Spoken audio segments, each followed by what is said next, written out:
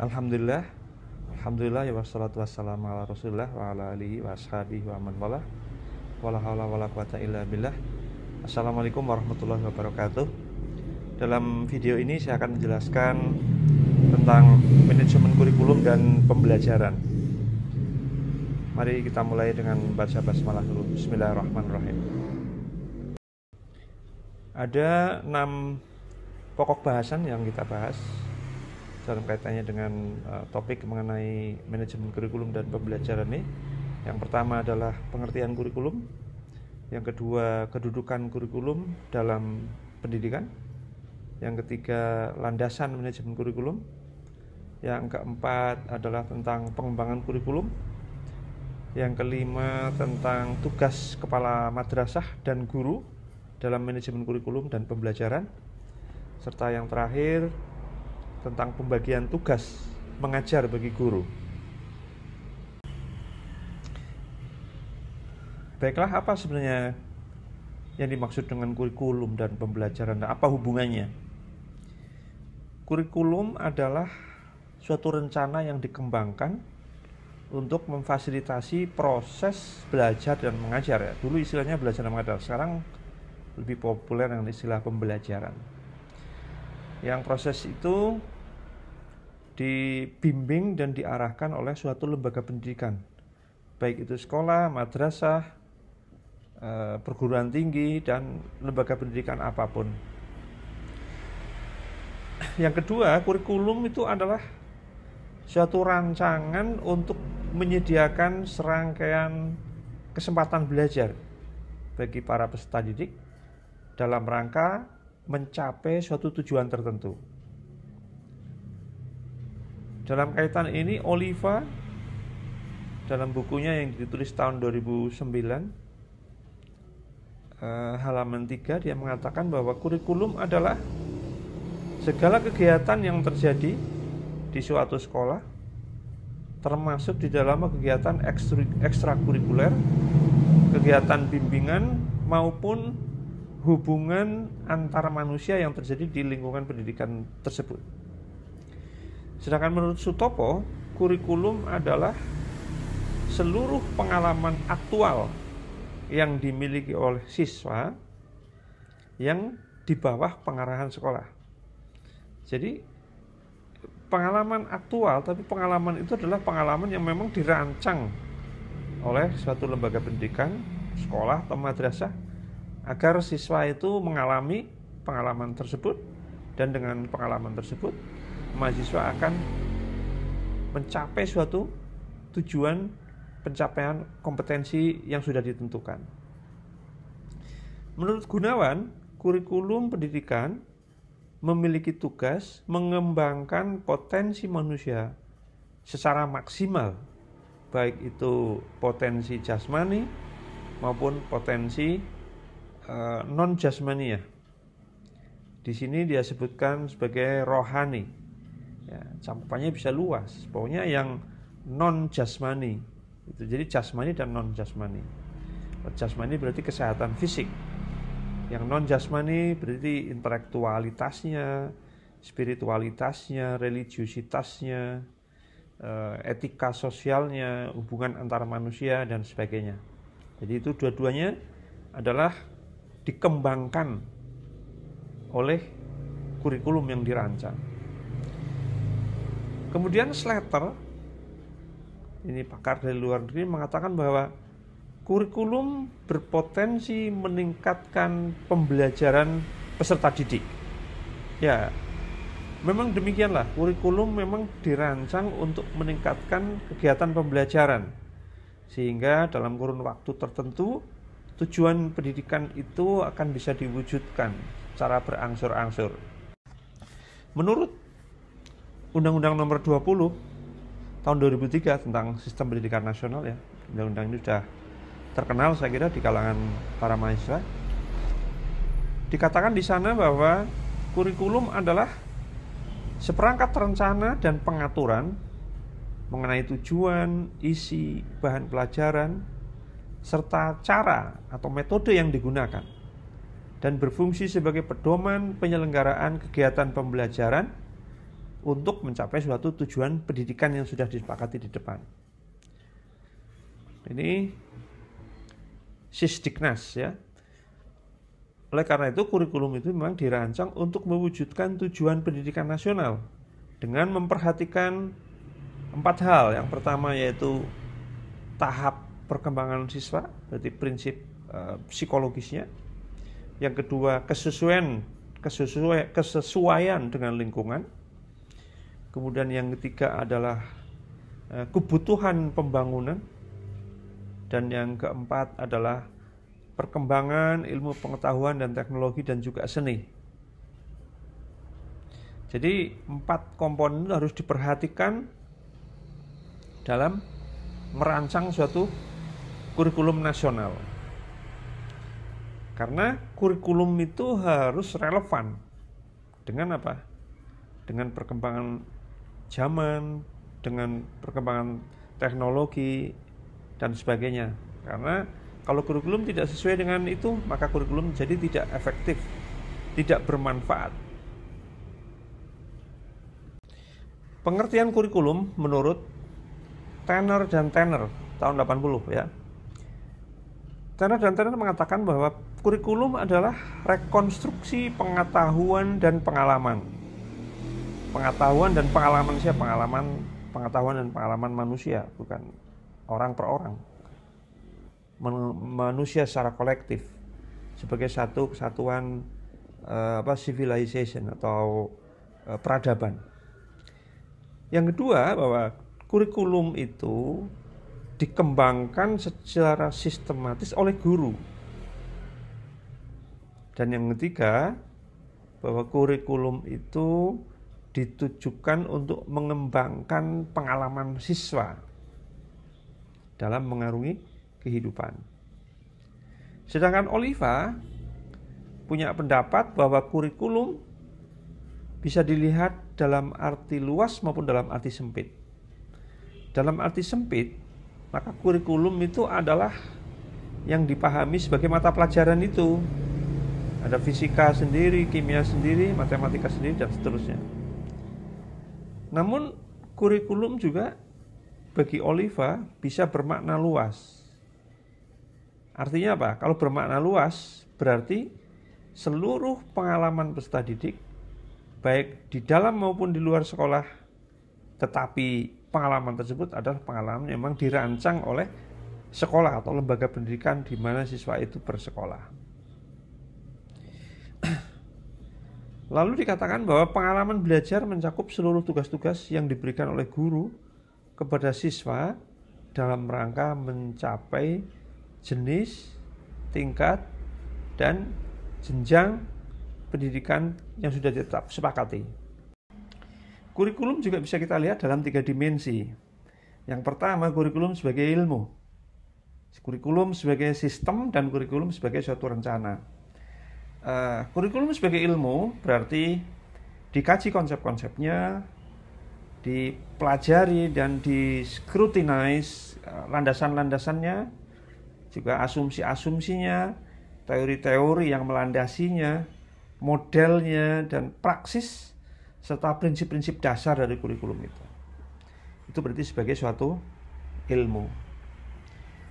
Namun kurikulum juga bisa dilihat sebagai suatu sistem. Maka dalam kaitannya ini sebagai suatu sistem, maka dijelaskan kedudukannya dalam hubungannya dengan sistem-sistem atau bidang-bidang lain, termasuk hubungannya dengan komponen-komponen yang lain.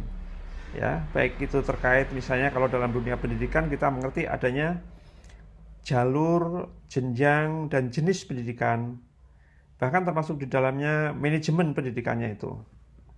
Sedangkan kurikulum sebagai rencana, maka membahas tentang rancangan-rancangan, desain implementasi, rancangan evaluasinya, dan sebagainya. Sehingga dalam kaitannya ini sebagai suatu rencana, maka kurikulum itu relevan sebagai sebuah praktis yang dilakukan, sebuah praktek yang dilakukan oleh para guru-guru. Sedangkan sebagai ilmu, maka ini menjadi bidang kajiannya para akademisi yang menekuni masalah kurikulum. bagaimanakah hubungan kurikulum dengan pembelajaran?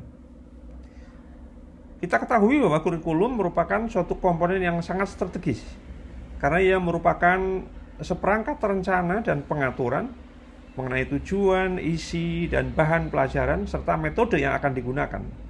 Dan ini merupakan suatu pedoman penyelenggaraan kegiatan pembelajaran dalam rangka untuk mencapai suatu tujuan pendidikan yang sudah ditetapkan. Ini pengertian ini ditulis oleh Pusat Kurikulum ya, tahun 2007 ya. Sebagai pedoman penyelenggaraan pembelajaran, maka kurikulum itu memandu secara detail ya, tentang interaksi para guru atau pendidik dengan para siswa atau para peserta didik. Jadi interaksi guru dan siswa itu adalah interaksi yang dirancang, dipimpin oleh apa yang disebut dengan kurikulum itu. Nah, dalam kaitan ini Dimyati dan Mulyono tahun 2004 mengatakan bahwa pembelajaran merupakan implementasi dari kurikulum. Gitu. Pembelajaran merupakan kegiatan yang dimaksudkan untuk memberikan pengalaman belajar kepada peserta didik, melibatkan di dalamnya ada komponen tujuan, komponen isi pelajaran, dan sistem penyajian, serta sistem evaluasinya. Jadi oleh karena itu, pembelajaran dan kurikulum itu amat sangat berkaitan. Baik kurikulum maupun rencana pembelajaran, dua-duanya bisa kita pandang sebagai suatu dokumen, suatu blueprint. Tapi dokumen yang disusun oleh guru itu adalah dokumen rencana pembelajaran yang disusun berdasarkan atau berpedoman kepada dokumen kurikulum yang dirancang secara nasional. Ini hubungan antara kurikulum dengan pembelajaran. Selanjutnya kita bahas tentang prinsip-prinsip kegiatan pembelajaran. Ada 10 prinsip kegiatan pembelajaran yang harus diperhatikan oleh setiap guru. Yang pertama yaitu pembelajaran itu harus berpusat kepada siswa. Ya, jadi tidak boleh pembelajaran itu kok berpusat kepada guru. Gurunya saja yang aktif berceramah misalnya, aktif di depan kelas, tapi siswanya tidak terlibat secara kognitif. Nah, ini oleh karena itu pentingnya yang disebut dengan student-centered learning, proses pembelajaran yang berpusat kepada siswa. Jadi guru harus peka, kalau kelihatan siswa kok nggak aktif, maka guru harus menghentikan proses, harus mencari strategi atau cara bagaimana agar peserta didiknya itu kembali lagi menjadi aktif dalam pembelajaran itu. Itu jadi berpusat kepada siswa. Kalau kita sedang melaksanakan proses pembelajaran, siswa di tengah jalan siswanya kelihatan loyo semua, tidak bersemangat, maka kita harus peka sebagai guru. Berhenti sejenak, cari jalan keluar agar ketidaksemangatan, keloyoan itu bisa diobati, baru bisa dilanjutkan. Itu prinsip yang pertama. Prinsip yang kedua, prinsip learning by doing ya. Saya kira saya pernah menjelaskan di depan para mahasiswa tentang prinsip belajar atau pilar belajarnya UNESCO ya. Ini salah satunya adalah learning by doing. Jadi prinsip pembelajaran yang kedua ini adalah sebaik-baik pembelajaran adalah ketika siswa itu mengerjakan sesuatu, melakukan sesuatu. Maka perbuatan atau melakukan sesuatu itu akan menjadi sebuah pengalaman belajar yang tidak mudah dilupakan. Tapi kalau kita belajar kok hanya mendengarkan saja atau hanya membaca saja, maka dapat diprediksi, dapat diramalkan bahwa apa yang dibaca, apa yang didengar itu akan mudah sekali dilupakan. Tapi ketika kita melakukan sesuatu, sebagai contoh, sebagai ilustrasi misalnya para mahasiswa bertamasya ke Dieng misalnya, itu kan sebuah doing, sebuah kegiatan mengalami betul gitu. Kalau buku kan pengalaman itu ditulis dalam keterangan, ditulis dalam buku. Jadi yang diterangkan, yang keterangannya ada di dalam buku, tapi yang diterangkan nggak ada di situ. Beda dengan learning by doing, kita betul-betul menjalani secara nyata apa yang kita lakukan, apa yang kita kerjakan, bagaimana kita mempersepsikan, bagaimana kita merasakan, bagaimana kita memiliki kesan terhadap apa yang kita lakukan itu, sehingga doing itu menjadi sesuatu yang tidak akan terlupakan dalam hidup kita. Maka ini menjadi prinsip pembelajaran kedua yang sangat penting. Yang ketiga, mengembangkan kemampuan sosial. Ya. Jadi apa artinya? Kita harus ingat bahwa siswa itu yang dikembangkan dalam diri itu tidak hanya aspek intelektual, kecerdasan,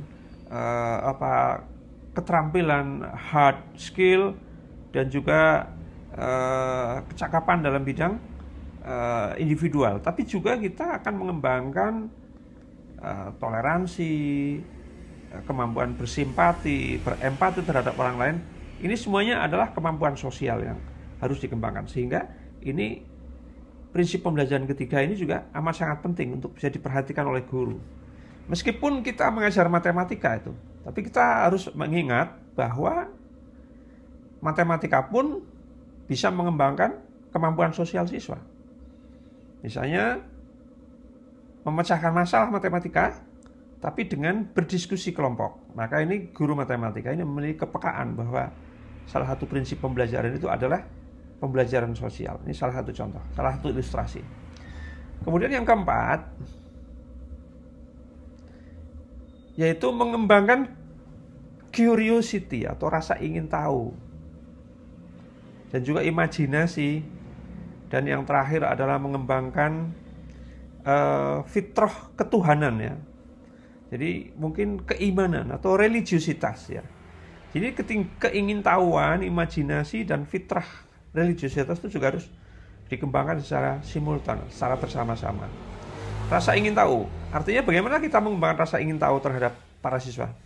Jangan sampai siswa yang sering bertanya kemudian oleh guru dikatakan, kamu ini sukanya mengganggu, misalnya gitu. Jadi justru siswa yang sering bertanya itu harus diberikan reward, diberikan penghargaan. Jadi kita memberikan apresiasi terhadap siswa-siswa yang aktif, yang memiliki rasa ingin tahu yang tinggi. Itu berarti kita, siswa-siswa yang lain nanti akan merasakan bahwa oh iya, kita harus aktif di dalam kelas ini. Itu contoh implementasi dalam prinsip yang keempat. Kemudian yang kelima, yaitu mengembangkan kecakapan pemecahan masalah, problem solving, ya. Nah, ini penting, ya. Oleh karena itu kegiatan pembelajaran itu lebih banyak harus memberikan kasus atau persoalan-persoalan nyata dan meminta para siswa untuk mencari solusi, mencari pemecahan terhadap masalah-masalah itu. Nah, apa yang disebut dengan problem based learning itu menjadi penting sebagai implementasi prinsip yang kelima ini. Kemudian yang keenam, mengembangkan kreativitas, ya. Mengembangkan kreativitas. Misalnya anak TK, ya, kita beri PR. Oke, kalian berkelompok, satu kelompok 3 orang. Coba, ini Bapak punya telur ayam yang masih mentah. Coba, bagaimana caranya telur ini dijatuhkan dari ketinggian 1 meter tetapi tidak pecah. Nah, kasih PR gitu. Nah, siswa-siswa taman kanak-kanak ini atau SD kelas 1 ini dilombakan untuk mencari solusi terhadap bagaimana agar telur ini bisa dijatuhkan dari ketinggian 1 meter tapi tidak pecah. Kalau dijatuhkan begitu saja pasti pecah. Maka setiap siswa, setiap kelompok itu akan berlomba-lomba mencari pemecahan masalah. Nah, ini akan terjadi proses kreatif. Mereka akan berdiskusi, akan merancang, akan saling melengkapi, saling membantah, akan pendapat satu dan yang lain akan muncul sebagai sebuah proses pembelajaran dalam rangka menumbuhkan kreativitas. Ini contoh misalnya. Yang ketujuh, prinsip yang ketujuh yaitu mengembangkan kemampuan menggunakan ilmu pengetahuan dan teknologi. Jadi oleh karena itu, sekolah atau madrasah itu harus mengembangkan bagaimana agar peserta didik itu semakin familiar dengan dunia ilmu pengetahuan dan teknologi. Perkembangan ilmu pengetahuan dan teknologi saat ini seperti apa? Bagaimana sejarah perkembangan ilmu pengetahuan dan teknologi bisa sampai dalam tahapan yang secanggih sekarang? Maka itu penting untuk diberikan kepada peserta didik agar peserta didik itu mengapresiasi peran ilmu pengetahuan dalam pengembangan peradaban umat manusia dan bisa menggunakannya untuk kepentingan kehidupan mereka sehari-hari. Yang kedelapan, pembelajaran itu harus menumbuhkan kesadaran kewarganegaraan. Nah, jadi saya dalam pertemuan yang lalu mengatakan bahwa pendidikan itu ada dimensi ideologis yang harus juga diperhatikan. Bahwa pendidikan kita ini tidak sekedar membuat orang cerdas, pandai, kreatif, beriman dan bertakwa, tapi juga menyadari di mana kaki berpijak. Kita berpijak di bumi Indonesia, maka kita harus mencintai negara ini. Harus memahami sejarah perjuangan bangsa, sejarah perkembangannya dari abad ke abad sampai dengan kita mengalami proses kolonialisasi, kemudian proses bagaimana kesadaran kebangsaan itu tumbuh, bagaimana ormas-ormas itu berkembang, kemudian berjuang dari armed struggle kepada educational and socio-cultural struggle sampai kita mendapatkan kemerdekaan pada tahun 45, dan bagaimana bangsa ini pernah mengalami disintegrasi, upaya pembubaran atau penghancuran negara. Lalu dengan pendidikan semacam ini akan tumbuh kesadaran sebagai kewarganegaraan Indonesia yang berusaha keras untuk mempertahankan negaranya dan memajukan bangsanya. Penting. Jadi pendidikan yang tidak menumbuhkan ini, pendidikan yang anti ideologi, itu adalah suatu pendidikan yang salah. Apalagi pendidikan kita dipakai justru untuk membenci NKRI, mendiskreditkan negara sendiri. Tidak boleh terjadi itu. Prinsip yang ke-9 yaitu prinsip lifelong learning.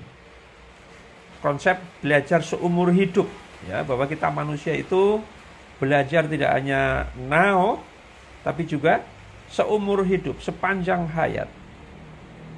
Selama kita masih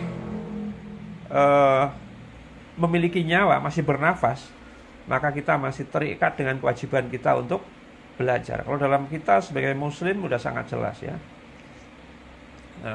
Minal mahdi ilal lahdi. Kita belajar dari sejak kita berada di ayunan sampai kita masuk ke liang kubur misalnya. Ini prinsip ini harus dikembangkan terus-menerus. Yang terakhir, mengembangkan kemampuan berkompetisi tapi juga sekaligus bekerja sama dan berkolaborasi, ya. Jadi kompetisi itu ya masih diperlukan, bekerja sama dengan orang lain juga penting. Ya, berkolaborasi itu juga sangat penting dalam era global saat ini. Nah, ini kemampuan ini harus juga dikembangkan. Mahasiswa atau siswa kita harus disadarkan bahwa bekerja sama dengan orang lain itu penting. Bekerja sama itu akan mendatangkan keuntungan. Bukan seperti berpikir matematis, 100 kalau dikerjakan 4 kita hanya dapat 25. Kalau kerjasama tidak seperti itu.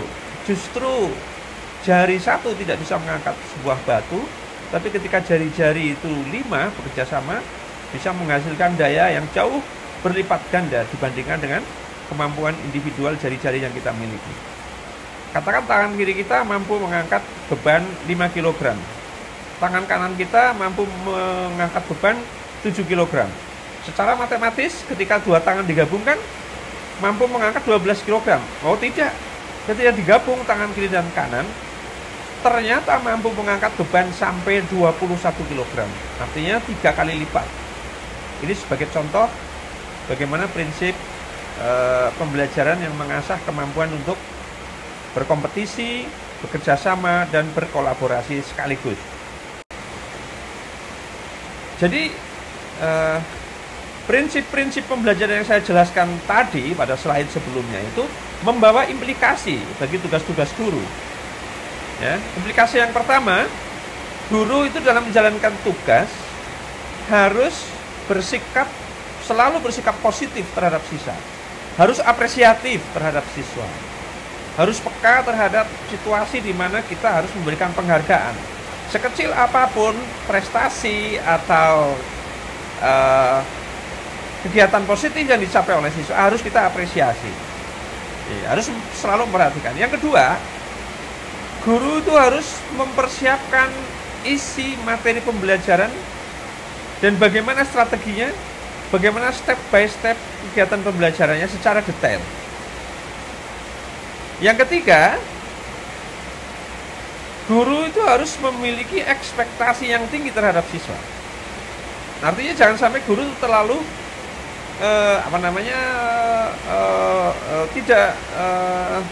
tidak memiliki ekspektasi. Artinya siswanya bisa mengerjakan atau tidak, ya oke, bisa mengerjakan, ya alhamdulillah, enggak juga enggak apa-apa. Ini enggak boleh bersikap seperti itu. Itu namanya guru yang ekspektasinya rendah terhadap peserta didik. Tapi guru yang memiliki ekspektasi yang tinggi itu adalah guru yang kalau siswa mengerjakan kok kurang mencapai target, maka diingatkan, ini nggak boleh, kamu harus begini. Dibimbing, ya. Tidak hanya kita mencela, tapi kita membimbing. Coba kerjakan lagi, caranya begini-begini, secara detail memberikan pembimbingan terhadap siswa. Sehingga siswa itu bisa menyelesaikan tugasnya dengan sebaik-baiknya. Jadi yang dimaksud dengan ekspektasi yang tinggi itu ya guru harus betul-betul jangan mudah menyerah ketika siswa itu tidak mencapai suatu standar kompetensi tertentu yang sudah ditetapkan. Harus mencapai Anda gitu. Kalau guru terlalu tidak demanding gitu, tidak ekspektasinya tinggi, nanti dikhawatirkan siswanya tidak memiliki semangat yang tinggi, tidak berusaha keras untuk mencapai suatu standar kompetensi yang sudah ditetapkan. Yang keempat, guru itu harus memiliki sensitivitas yang tinggi dan sadar. Ya, sadar tentang apa? Tentang adanya hubungan antara guru dengan siswa serta tugas masing-masing. Siswa Anda punya, jadi begini, perspektif yang harus kita kembangkan adalah begini.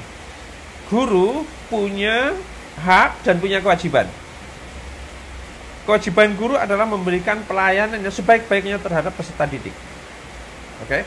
Nah, kita kembalikan apa yang menjadi haknya guru adalah menjadi kewajibannya para siswa. Oleh karena siswa wajib belajar sekuat tenaga, sekeras-kerasnya agar mencapai suatu standar kompetensi tertentu yang sudah ditetapkan. Ini maksudnya adalah seperti itu. Nah, guru punya hak. Iya, haknya apa? Berhak membimbing siswa, berhak menagih kepada siswa tentang kamu harus memenuhi standar ini. Itu hak-haknya guru. Maka siswa berkewajiban memenuhi standar kecakapan lulusan yang sudah ditetapkan itu. Standar tugas, setiap siswa sudah diwajibkan mengerjakan 5 tugas. Maka 5 tugas itu harus diselesaikan semuanya. Itu adalah kewajiban siswa. Jadi hak dan kewajiban, ketika seluruh hak guru dan kewajiban guru dilaksanakan, dan seluruh hak dan kewajiban siswa itu dilaksanakan, maka itu baru bisa terjadi proses pembelajaran yang semaksimal mungkin. Ini yang dimaksud dengan prinsip yang keempat. Yang kelima, guru itu harus konsisten dalam memberikan umpan balik. Ya, umpan balik yang positif feedback itu harus dilakukan secara konsisten, terus-menerus. Jangan sampai hanya sekali saja memberikan umpan balik, setelah itu tidak pernah. Maka oleh karena itu tugas guru itu harus sangat intensif dalam memperhatikan perkembangan dan capaian belajar siswa untuk memberikan umpan balik terhadap siswa.